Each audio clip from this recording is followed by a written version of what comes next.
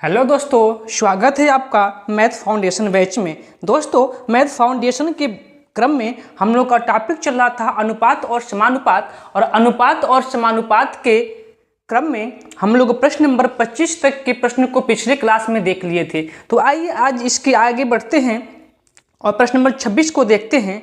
26 का रहा है कि 33,630 रुपये को ए, बी और सी में इस प्रकार बांटिए कि ए और बी के भागों का अनुपात 3:7 तथा बी और सी के भागों का अनुपात 6:5 हो तो बी को कितनी राशि प्राप्त होगी। ध्यान दीजिएगा कि ए और बी और सी तीन व्यक्ति हैं, इसमें 33,630 रुपये को बांटना है और किस अनुपात में बांटना है। तो प्रश्न कह रहा है कि ए और बी के भागों का अनुपात 3:7 है। ए और बी का अनुपात कितना है? 3 और 7। तो ए और बी का अनुपात कितना है? 3:7।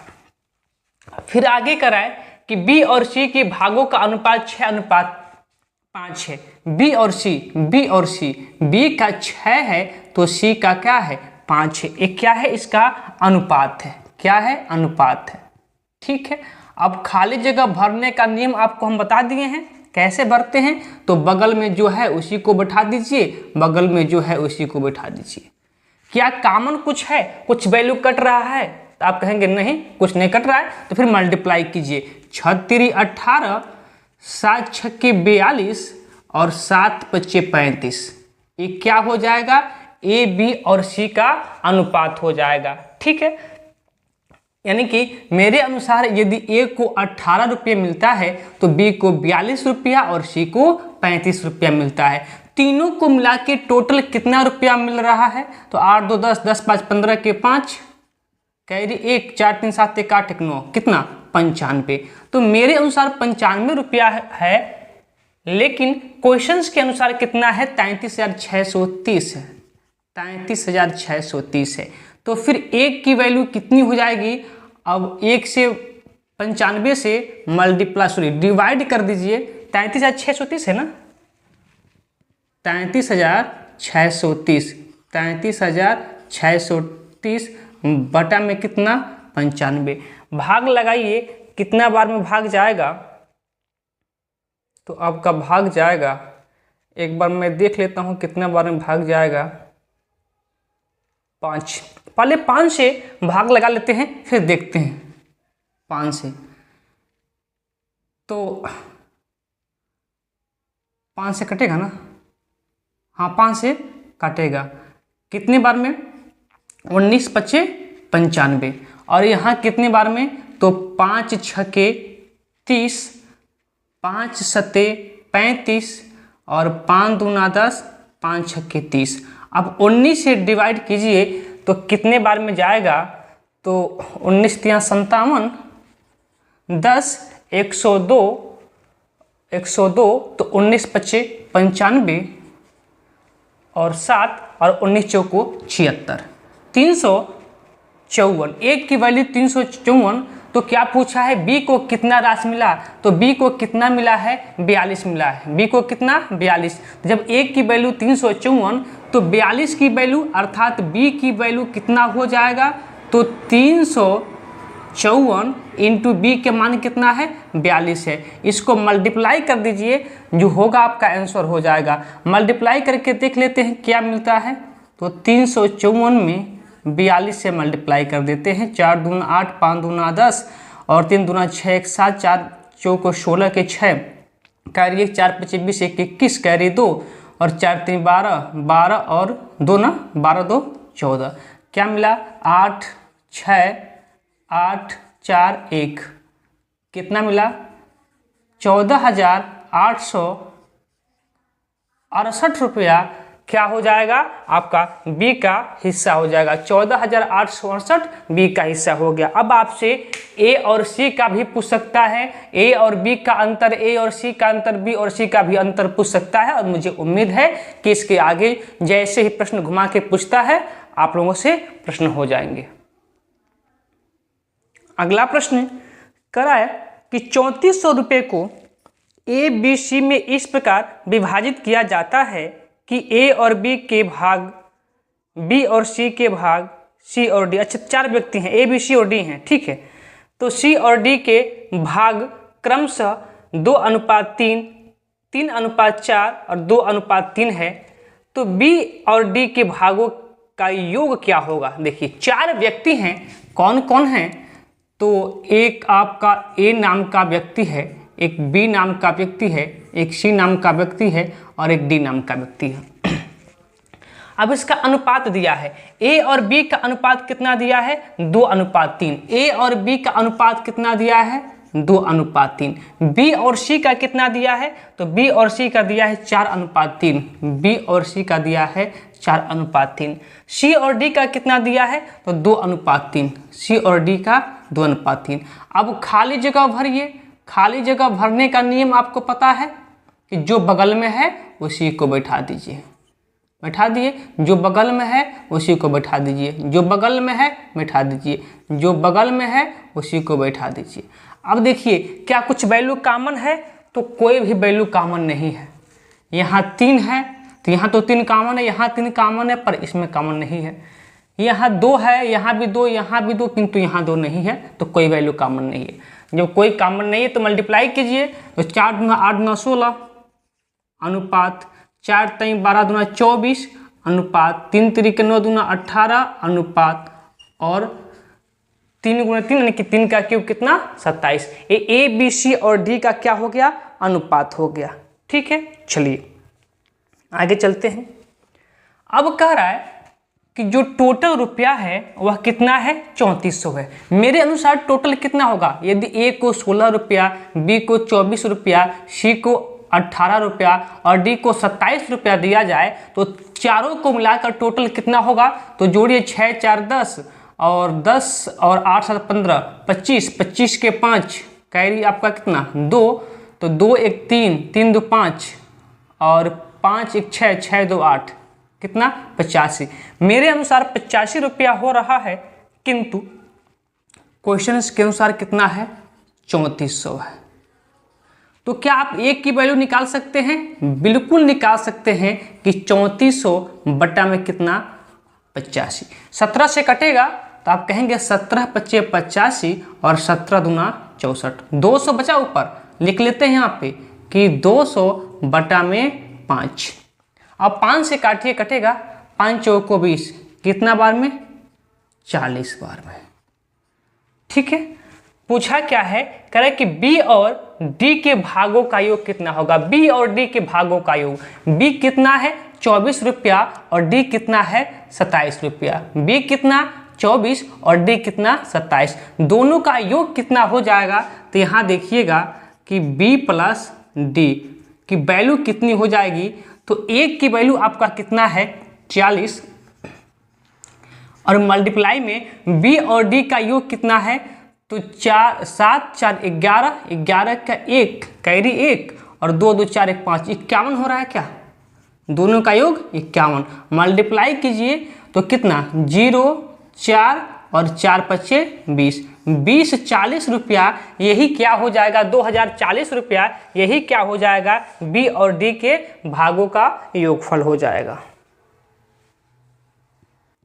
अगला प्रश्न देखिए, कह रहा है कि 1980 रुपये को ए बी और सी के बीच इस प्रकार विभाजित किया जाता है कि ए का आधा भाग, बी की 1/3 भाग और सी का 1/6 भाग बराबर हो, तो बी का भाग कितना होगा? देखिए क्या कह रहा है, प्रश्न कह रहा है कि ए का आधा भाग, आधा भाग मतलब क्या? 1/2 बराबर है बी के 1/3 भाग का, 1/3 भाग का, और ए भी बराबर है सी के कितने भाग का? सी का 6ठा भाग, यानी कि 1/6 भाग का बराबर है। ठीक, अब यहाँ से क्या आप ए बी और सी का अनुपात निकाल सकते हैं? बेहद आसान है। देखिएगा, अब जब बटा में कोई वैल्यू होती है ना, तो ए का मान यही हो जाएगा। आप सिंपल तरीके से करके देखिएगा, मैं डायरेक्ट आपको बताने का प्रयास करता हूं। ठीक है, ए की वैल्यू क्या हो जाएगी? 2। अगर आपको करना ही है ना तो कर लीजिए। कैसे? अब 3 का मल्टीप्लाई इधर होगा तो 2 का वैल्यू इधर होगा, तो ए की वैल्यू क्या हो जाएगी? यहाँ क्या आएगा? दो इधर मल्टीप्लाई करेगा तो ए की वैल्यू 2, या डायरेक्ट आप कर सकते हैं कि जो बटा में है वही उसकी वैल्यू हो जाएगी। तो ए की वैल्यू कितना 2 और बी की वैल्यू कितना 3 और सी की वैल्यू कितना 6। ये क्या है आपका अनुपात है ए बी और सी का। यानी कि ए को यदि 2 रुपया मिलता है तो बी को 3 रुपया और सी को 6 रुपया। टोटल मिला के कितना रुपया मिला तो 6 और 3 9 9 2 11। मेरे अनुसार तो 11 रुपया मिला है, किंतु आपका क्वेश्चन हमसे कह रहा है कि 1980 रुपया मिला है। तो क्या आप ए की वैल्यू निकाल सकते हैं? 11 से क्या कर दीजिए भाग लगाइए। तो क्या कहेंगे आप 11 कम 11 और 11/88 और 1 0 180 मिला। किसका वैल्यू पूछ रहा है? तो b का भाग कितना होगा? b का भाग कितना है 3, तो 3 की वैल्यू निकाल दीजिए। एक की वैल्यू कितना 180, तो 3 की वैल्यू निकालने के लिए 3 से मल्टीप्लाई और 18 3 कितना होता है 54, 540 रुपया आपका b का हिस्सा हो जाएगा। अगला प्रश्न कर आपसे कि यदि किसी धनराशि को ए बी सी में इस प्रकार वितरित किया जाए कि ए का भाग बी से 2 गुना और बी का भाग सी का 4 गुना हो, तो उन तीनों के भागों का परस्पर अनुपात क्या होगा? ये तो प्रश्न आसान है, केवल अनुपात पूछ लिया है। 3 व्यक्ति हैं, एक ए है, एक बी है और एक सी है। ठीक है, प्रश्न में क्या कर रहा है? कह रहा है कि ए का भाग बी से 2 गुना, जो ए है ना बी से 2 गुना है। यदि बी 1 है तो ए कितना है? इसका 2 गुना है, यानी कि 2 है। फिर आगे कह रहा है कि b का भाग c का 4 गुना है। जो b का भाग है ना c का 4 गुना है। यदि c 1 है तो b इसका 4 गुना क्या है 4 है। अब भरिए खाली स्थान। खाली स्थान भरने का नियम पता है ना, यहाँ जो बगल में है उसी को बढ़ा दीजिए, यहाँ जो बगल में है उसी को बढ़ा दीजिए। कोई वैल्यू कॉमन नहीं है तो नहीं कटेगा, तो मल्टीप्लाई कीजिए। 4 दूना 8, 4 एकम 4 और 1 एकम 1। 8:4:1 क्या होगा? आपका सही उत्तर हो जाएगा। ठीक है ना, बेहद आसान सा प्रश्न था। तो चलिए अगले प्रश्न की ओर चलते हैं। अगला प्रश्न आपके सामने है। प्रश्न कह रहा है कि ए बी सी के वेतन का अनुपात 3:2:9 है। यदि सी को बी से 2100 रुपये अधिक मिलता है तो ए का वेतन बताइए। देखिए ए बी सी हैं, 3 व्यक्ति हैं, इनके वेतन का अनुपात आपके सामने है ए बी सी। इनके वेतन का अनुपात क्या है? तो कह रहा है कि 3:2:9 इनके वेतन का अनुपात है। तो कह रहा है कि सी को, जो सी है ना, सी को बी से 2100 रुपये ज़्यादा मिलता है। तो सी को बी से यहाँ पे अनुपात में, यदि मान लीजिए कि मेरे अनुसार बी को 2 रुपया मिलता है तो सी को 9 रुपया मिला, तो सी को बी से कितना रुपया ज़्यादा मिला? तो आप कहेंगे 7 रुपया ज़्यादा मिला। मेरे अनुसार तो 7 रुपया ज़्यादा मिला, किंतु क्वेश्चन में कह रहा है कि नहीं 2100 रुपया मिला, तो 7 की वैल्यू 2100 के बराबर है। तो ए की वैल्यू कितनी हो जाएगी? तो 7 से भाग लगा दीजिए। 7 तिरिक 21, 1 की वैल्यू 3। क्या पूछा है? ए का वेतन कितना होगा? ए का वेतन कितना होगा? तो ए की वैल्यू कितना है 3। तो जब ए की वैल्यू 300 तो 3 की वैल्यू क्या हो जाएगा कि 300 × 3 बराबर कितना 900, और यही 900 आपका सही उत्तर होगा। अगला प्रश्न कह रहा है कि ए बी सी के वेतन का अनुपात, अच्छी तो हो गया ना, 30 हो गया। ठीक है, अगला प्रश्न कह रहा है कि 900 रुपये को ए बी सी में बांटा जाए और उनमें बंटवारा इस प्रकार हो कि ए की राशि का 1/2, बी के राशि का 1/3, सी के राशि का 1/4 हो, तो ए बी सी द्वारा प्राप्त की गई राशि कितनी है? ठीक है, ध्यान दीजिए। अभी एक प्रश्न ऐसा हुआ है ना, देखिए 900 रुपये को बांटना है ए बी सी में, ए बी सी में बांटना है, लेकिन कैसे बांटना है? कह रहा है कि ए की राशि का 1/2 भाग, ए की राशि का थोड़ा सा दूर लिख लेते हैं, ए की राशि का 1/2 भाग बराबर है किसके? तो बी के राशि का 1/3 के। बी जितना पाया है उसके 1/3 के बराबर है, और ए भी बराबर है किसके? सी के राशि का 1/4 4 का। अब यहाँ से आपको ए बी सी का अनुपात यदि आपसे कोई पूछ ले तो आप तो बता सकते हैं, बिल्कुल कोई दिक्कत नहीं हुआ। आप कह देंगे कि ए की वैल्यू कितना 2, बी की वैल्यू कितना 3 और सी की वैल्यू कितना 4, डायरेक्ट कह सकते हैं। ठीक है, तो ए बी सी का अनुपात आ गया। यानी कि मेरे अनुसार यदि ए को 2 रुपया मिलता है तो बी को 3 रुपया मिलना चाहिए और सी को 4 रुपया मिलना चाहिए। टोटल कितना रुपया मिला है तो 4 3 7 7 2 9, टोटल 9 रुपया है। लेकिन क्वेश्चन में करा है कि 9 रुपया को नहीं बांटना है, 900 को बांटना है, 900 को। तो ए की वैल्यू कितनी हो जाएगी 100 आपकी हो गई।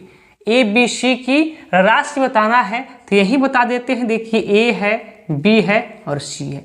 ए की वैल्यू 100 तो 2 की वैल्यू कितना होगा, बोलिए 200 होगा कि नहीं होगा। 1 की वैल्यू 100 तो 3 की वैल्यू कितनी होगी 300। 1 की वैल्यू 100 तो 4 की वैल्यू कितनी होगी 400। बोलिए बातें समझ में आई, बातें समझ में आई। तो यही आपका आंसर है। और चलते हैं आज के अगले प्रश्न की ओर। अगला प्रश्न कर रहा है कि 1250 रुपए को ए बी सी में इस प्रकार बांटिए कि ए बी के भाग का 1/9 दिया है ना, सॉरी 2/9 दिया है, 2/9 और सी ए के भाग का 3/4 भाग प्राप्त करे तो सी का हिस्सा क्या होगा। बहुत इंपॉर्टेंट प्रश्न है, देखिएगा। कह रहा है कि 1250 को ए बी सी में बांटना है। ठीक है, ए बी सी में बांटना है। किसमें बांटना है, ए बी और सी में बांटना है।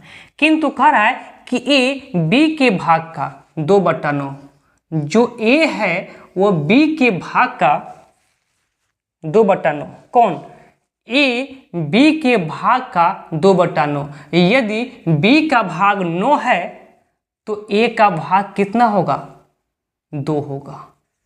आगे चलते हैं, आगे कह रहा है 9 होगा। आगे कह रहा है कि सी ए के भाग का 3/4, सी ए के भाग का 3/4। यदि सी 4 है तो ए, अच्छा ए इधर आ गया का, हमको क्रम नहीं बैठ रहा। देखिए अगर सी 4 है तो ए इधर चला जा रहा है, लेकिन बीच होना चाहिए, तो इसलिए इसको हम उल्टा करना पड़ेगा। हमको ए को यहाँ लिखना पड़ेगा तो ए की वैल्यू 2 आई थी, और बी को यहाँ लिखना पड़ेगा तो बी की वैल्यू कितना आई थी 9 आया था। ठीक है, अब देखिए क्या करा था, प्रश्न कि सी ए के भाग का 3/4, जो सी है ना ए के भाग का 3/4, जो सी है वो ए के 1/, सी ए के, सॉरी माफी चाहते हैं, सी ए के भाग का, यानी कि सी का भाग यदि 4 है,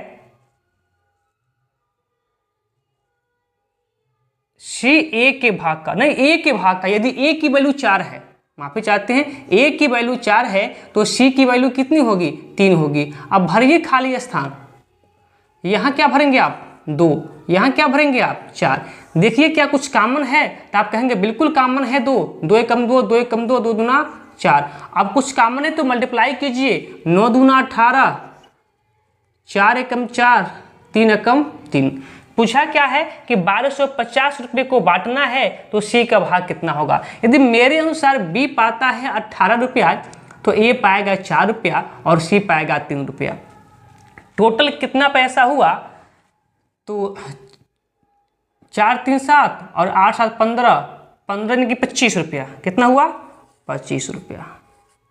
यानी कि मेरे अनुसार 25 रुपया को बांटा गया है, किंतु प्रश्न कर रहा है कि नहीं कितना बांटा गया है, 1250 रुपये का बांटा गया है।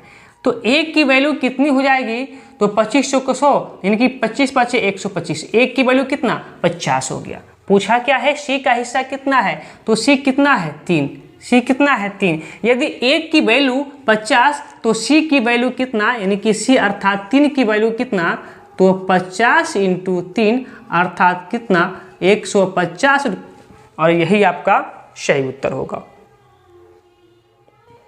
देखिए अगला प्रश्न काफ़ी इंपॉर्टेंट प्रश्न है।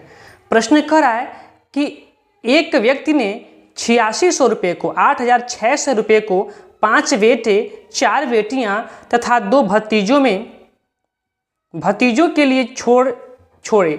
यदि प्रत्येक बेटी को भतीजे का 4 गुना तथा प्रत्येक बेटे को भतीजे का 5 गुना भाग मिले तो प्रत्येक बेटी का भाग क्या होगा। मोस्ट इंपॉर्टेंट प्रश्न है, ध्यान दीजिएगा।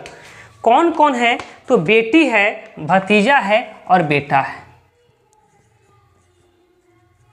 बेटी है, भतीजा है और बेटा है। अब प्रश्न पे आइए, क्या प्रश्न कह रहा है। प्रश्न कह रहा है कि 5 बेटे 4 बेटियां व 2 भतीजे। बेटे कितना है, बेटा 5 है, ठीक है, इसका काम बाद में आएगा। बेटी कितनी है, 4 है, भतीजा कितनी है, 2 है। ये नहीं दिख रहा होगा, थोड़ा सा बड़ा कर देते हैं। चलिए अब देखिएगा, कह रहा है कि यदि प्रत्येक बेटी को भतीजे का 4 गुना, प्रत्येक बेटी को भतीजे का 4 गुना, यदि भतीजे को वह 1 रुपया देता है तो प्रत्येक बेटी को 4 रुपया देगा, 4 गुना। ठीक है, आगे देखिए। अब आगे कह रहा है कि प्रत्येक बेटे को भतीजे का 5 गुना, प्रत्येक बेटे को भतीजे का 5 गुना। यदि फिर से भतीजा को 1 रुपया देता है ना, या यहीं पे कर सकते हैं डायरेक्ट आप, यदि भतीजे को 1 रुपया तो बेटा को कितना, 5 रुपया, बस काम खत्म। डायरेक्ट कर सकते हैं आप, ठीक है। तो बेटी, एक बेटी को 4 रुपया, एक भतीजा को 1 रुपया और एक बेटा को 5 रुपया मिलता है। किंतु बांटा कितना गया है, 86 रुपये। और कितने में, मान लीजिए कि एक बेटी को 4 रुपया मिला है तो 4 बेटी को कितना मिलेगा, आप कहेंगे 16 रुपया। यदि एक भतीजे को 1 रुपया मिलता है तो 2 भतीजे को मिला के कितना मिलेगा, 2 रुपया। आप कहेंगे कि एक बेटे को 5 रुपया मिलता है तो 5 बेटों को कितना रुपया देना पड़ेगा, 25 रुपया। ठीक है, यानी कि 4 बेटे को 16 रुपया, 2 भतीजे को 2 रुपया और 5 बेटे को 5 रुपया दिया। टोटल कितना रुपया बांट दिया है, तो दोनों को जोड़ लीजिए, कितना, 25 और 16, 25 2 27 और 27 और 16 का 43, कितना, 43। यानी कि 43, मेरे अनुसार से 43 रुपया बांटा गया है, किंतु क्वेश्चन में कह रहा है कि नहीं, 8600 रुपया को बांटा गया है। तो एक की वैल्यू कितना हो जाएगा, 43 दूना 86, कितना, 200 रुपये। प्रश्न में क्या पूछा है, कह रहा कि प्रत्येक बेटी का भाग क्या होगा। ये तो 4 बेटियों का भाग है, ये तो 4 बेटियों का भाग है। प्रत्येक बेटी को कितना मिला है, 4 रुपया। एक बेटी को या प्रत्येक बेटी को, बात वही हुआ कि एक बेटी को 4 रुपया मिला था तो 4 बेटी को 1600। और यहाँ क्या पूछा है कि प्रत्येक बेटी को कितना मिला है, तो प्रत्येक बेटी को कितना मिला है, 4 रुपया। तो एक की वैल्यू 200, तो 4 की वैल्यू कितना हो जाएगा कि 200 इंटू कितना, 4 बराबर कितना, 800 रुपया। यानी कि प्रत्येक बेटी को 800 रुपया मिला है। ध्यान दीजिएगा, ऐसे प्रश्न बहुत घुमावदार प्रश्न होते हैं, घुमा घुमा के पूछ लेता है। प्रश्न वही पूछता है कि बेटी को बेटा, प्रत्येक बेटी को प्रत्येक बेटा से कितना रुपया ज़्यादा मिला, प्रत्येक बेटी को प्रत्येक भतीजा से कितना रुपया कम मिला, या बेटी और भतीजा को मिला के टोटल कितना रुपया हुआ। ऐसे प्रश्न, घुमावदार प्रश्न पूछते हैं। तो ऐसा मुझे प्रतीत है कि अब आपको जैसा ही घुमाए आप बिल्कुल घूम के आंसर दे सकते हैं, ठीक है ना। तो चलिए आज के अगले प्रश्न की ओर चलते हैं। अगला प्रश्न ये भी बेहद इंपॉर्टेंट प्रश्न है, ध्यान देंगे। प्रश्न कह रहा आपसे कि कोई धनराशि ए, बी और सी में बांटी जाती है। एक कुल राशि का 3/16 भाग और बी कुल राशि का 1/4 भाग प्राप्त करता है। यदि सी को 81 रुपये प्राप्त है तो बी को प्राप्त राशि होगी। ध्यान दीजिएगा, प्रश्न में बेहद इंपॉर्टेंट प्रश्न है। प्रश्न आपसे क्या कहना चाहता है, पहले प्रश्न को समझिए। प्रश्न कह रहा है कि कोई धनराशि है, उसको ए बी सी में बांटा गया है। ए जितना रुपया था उसका 3/16 भाग प्राप्त करता है और बी जितना रुपया था उसका 1/4 भाग प्राप्त करता है। ठीक है, ध्यान दीजिए। ए कितना रुपया प्राप्त करता है, तो ए प्राप्त करता है कुल राशि का 3/16 भाग, और यही बी जो है यह क्या करता है, कुल राशि का प्राप्त करता है कितना 1/4 भाग। ये आपको लिखने की रिक्वायरमेंट नहीं है, किंतु मैं समझाने के माध्यम से मैं आपको समझाने का प्रयास करता हूँ ताकि आपको बेहतर समझ में आ जाए। ठीक है, अब आगे कराए कि जो सी है ना वो 81 रुपये प्राप्त करता है, तो आपको मानना पड़ेगा कि माना कुल राशि क्या है। अब कुल राशि आप कुछ भी मान सकते हैं, आंसर आपका आ जाएगा, कुछ भी मान सकते हैं, XYZ 150 कुछ भी, लेकिन मैं जो बता रहा हूँ तरीका वो सबसे बेहतर है। आप मान लीजिए कि माना कुल राशि ये 16 और 4 का जो एलसीएम है उसी को मान लीजिएगा कि वह कुल राशि है। तो 16 और 4 का जो एलसीएम आपका होगा कितना होता है, 16 होता है। तो मान लीजिए कि माना कुल राशि कितना है, 16 है। तो अब ए को कितना मिलेगा, ए को कितना मिलेगा, इस 16 का कितना भाग, 3/16 भाग, 3/16 भाग, 16 से 16 कटा, ए को कितना मिला 3 रुपया। बी को कितना मिलेगा यहाँ से, तो जो 16 रुपया था कुल राशि का उसका 1/4, कितना रुपया मिलेगा सी को, बी को 4 रुपया मिलेगा।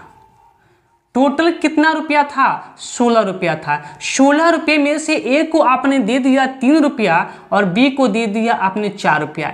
टोटल कितना आपने दे दिया, तो 3 और 4 7 रुपया दे दिया। तो जो बचा होगा वही तो सी लेके गया है। सी कितना ले गया होगा, 16 रुपये में से 3 रुपया ए लिया है, 4 रुपया बी लिया है, 7 रुपया निकल गया, तो बचा कितना 9 रुपया। और यही 9 रुपया कौन लिया है, सी लिया है। लेकिन प्रश्न में कह रहा है कि नहीं, सी ने 9 रुपया नहीं लिया है, सी ने कितना रुपया लिया है, तो प्रश्न में कह रहा है कि 81 रुपया लिया है। तो सी 9 होके कितना रुपया है, 81 रुपया है। कितना से मल्टीप्लाई हुआ होगा, 9 से। ठीक है, लेकिन प्रश्न में पूछ रहे हैं हमसे कि बी को प्राप्त राशि कितना है। इसको एक काम करते हैं, अनुपात में रख लेते हैं, बहुत जल्दी हो जाएगा और आपको समझ में आ जाएगा। अनुपात में रख लेते हैं। देखिए ए को कितना मिला 3 रुपया, बी को कितना मिला 4 रुपया, सी को कितना मिला 9 रुपया। लेकिन मेरे अनुसार 9 रुपया है, लेकिन क्वेश्चन से कह रहा है कि कितना मिला इसको, 81 रुपया मिला है। तो कितना से मल्टीप्लाई आप किए होंगे, 9 से मल्टीप्लाई किए होंगे, तो 81 हो गया होगा। किंतु जब इसमें 9 से मल्टीप्लाई किए हैं तो बी का हिसाब पूछ रहा था, अब बी में भी तो 9 से मल्टीप्लाई करेंगे, तो 9 चौको कितना 36 रुपया। अब आपसे ए का भी पूछ सकता है, ए और बी का अंतर, बी और सी का अंतर, एक कुछ भी ऐसे प्रश्न करके आपसे पूछ सकता है। और मुझे उम्मीद है कि अब आप ऐसे प्रश्नों को अच्छे तरीके से समझ गए होंगे और हल भी कर लेंगे। तो चलिए आज के अगले प्रश्न की ओर चलते हैं। अगला प्रश्न देखिए, करें किसी कक्षा में लड़कियों की संख्या लड़कों की संख्या से 20% अधिक है। यदि कुल 66 विद्यार्थी हैं, यदि कक्षा में 4 और लड़कियां भर्ती कर ली जाएं तो लड़के और लड़कियों का अनुपात क्या होगा। देखिए जो टोटल विद्यार्थी हैं लड़का और लड़की मिला के वह कितने हैं, तो वह हैं आपके 66, जिसमें से जो लड़कियां हैं लड़कों से 20% ज़्यादा हैं, 20% ज़्यादा है। 20% की वैल्यू कितनी होती है, 20 25 100 1/5, 1/5 यही होती है ना, यही होती है ना। ठीक है, यदि यहाँ मैं लिख लेता हूँ बॉय और यहाँ मैं लिख लेता हूँ गर्ल, यदि लड़कों की संख्या 5 है ये अनुपात में, तो लड़कियों की संख्या 20% ज़्यादा, अर्थात 1 ज़्यादा कितनी हो जाएंगी, सब 6 हो जाएंगी। ठीक है, चलिए अब आगे कह रहा है प्रश्न में कि टोटल कितने हैं विद्यार्थी, 66 विद्यार्थी हैं। मेरे अनुसार यदि 5 लड़का है और 6 लड़की है तो मेरे अनुसार कितने होंगे, सब 11 होंगे। लेकिन क्वेश्चंस में कह रहा है कि नहीं, कितने हैं, 66 हैं। यानी कि 11 की वैल्यू 66 है तो 1 की वैल्यू कितना होगा, 6 होगा। जब 1 की वैल्यू 6 तो 5 की वैल्यू कितनी होगी, 30 होगी, और 6 की वैल्यू कितनी होगी, 36 होगी। होगी कि नहीं होगी। 1 का वैल्यू 6 तो 6 35 और 6 6 के 36। लेकिन प्रश्न में कह रहा है कि इसमें 4 और लड़कियों को भर्ती कर लिया जाए, लड़की कितनी हैं 36, 4 और आ जाएंगी तो कितनी हो जाएंगी, लड़के तो वही 30 के 30 हैं किंतु लड़कियां कितनी हो जाएंगी 40, 0 से 0 कट जाएगा, अनुपात क्या मिल जाएगा 3:4 और यही आपका सही अनुपात होगा। अगला प्रश्न देखिए, प्रश्न कह रहा है कि दो संख्याओं के बीच 5:4 का अनुपात है। देखिए दो संख्याएं हैं, ये आपकी पहली संख्या है और ये आपकी दूसरी संख्या है, इसमें अनुपात कितना है 5:4 है। ठीक है, तो करें कि तदनुसार यदि पहली के 40% का मान, पहली संख्या के 40% का मान 12 हो तो दूसरी संख्या के 50% का मान कितना होगा। क्या हम इसमें x लगा सकते हैं ना, तो आप कहेंगे बिल्कुल लगा सकते हैं। जब संख्याएं अनुपात में है तो एक ही संख्या से दोनों में गुणा करने से इसके मान में कोई परिवर्तन नहीं होता है। तो कह रहा है कि जो पहली संख्या है 5x, इसका 20% ना, इसका 40% जब निकाल लें, 40% की वैल्यू कितनी होती है, क्या आपको पता है 40% की वैल्यू होती है 2/5, 2/5 और किसके बराबर है तो 12 के बराबर है। 5 से 5 कट गया और 2 6 12, यानी कि x की वैल्यू कितनी हो गई 6 हो गई। तो रखिए यहाँ पे 6, देखिए पहली संख्या मैं पुनः लिख रहा हूँ एक बार और ये दूसरी संख्या हो गई। ठीक है, तो पहली संख्या 5 है और x की वैल्यू 6, तो 6 5 कितना 30 अनुपात। दूसरी संख्या क्या हो जाएगी, x का वैल्यू रखिए, x की वैल्यू रखिए तो 6 चौको 24। अब करें कि दूसरी संख्या का 50% क्या होगा, यानी कि दूसरी संख्या 24, जब 24 का 50% निकालेंगे तो कितना हो जाएगा 12 हो जाएगा और यही 12 आपका सही उत्तर होगा। आइए चलते हैं आज के लास्ट प्रश्न की ओर।